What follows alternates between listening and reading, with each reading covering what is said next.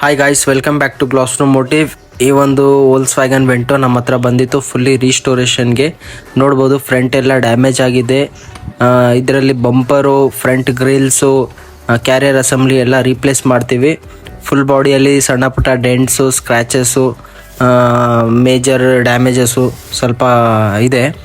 ಎಲ್ಲ proper denting ಮಾಡಿ ನಾವು ಪ್ರಾಪರ್ ಫುಲ್ ಬಾಡಿ ಪೇಂಟಿಂಗ್ ಮಾಡಿ ಫುಲ್ ಕಾರ್ ಡೀಟೇಲಿಂಗ್ ಮಾಡಿ ಫುಲ್ಲಿ ರೀಸ್ಟೋರೇಷನ್ ಮಾಡ್ತೀವಿ.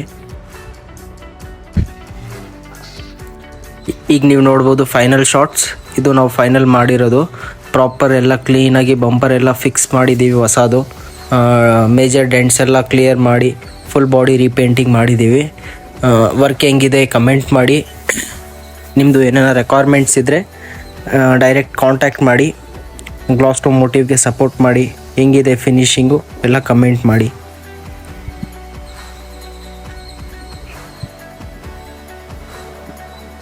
Thank you for watching Glostomotive.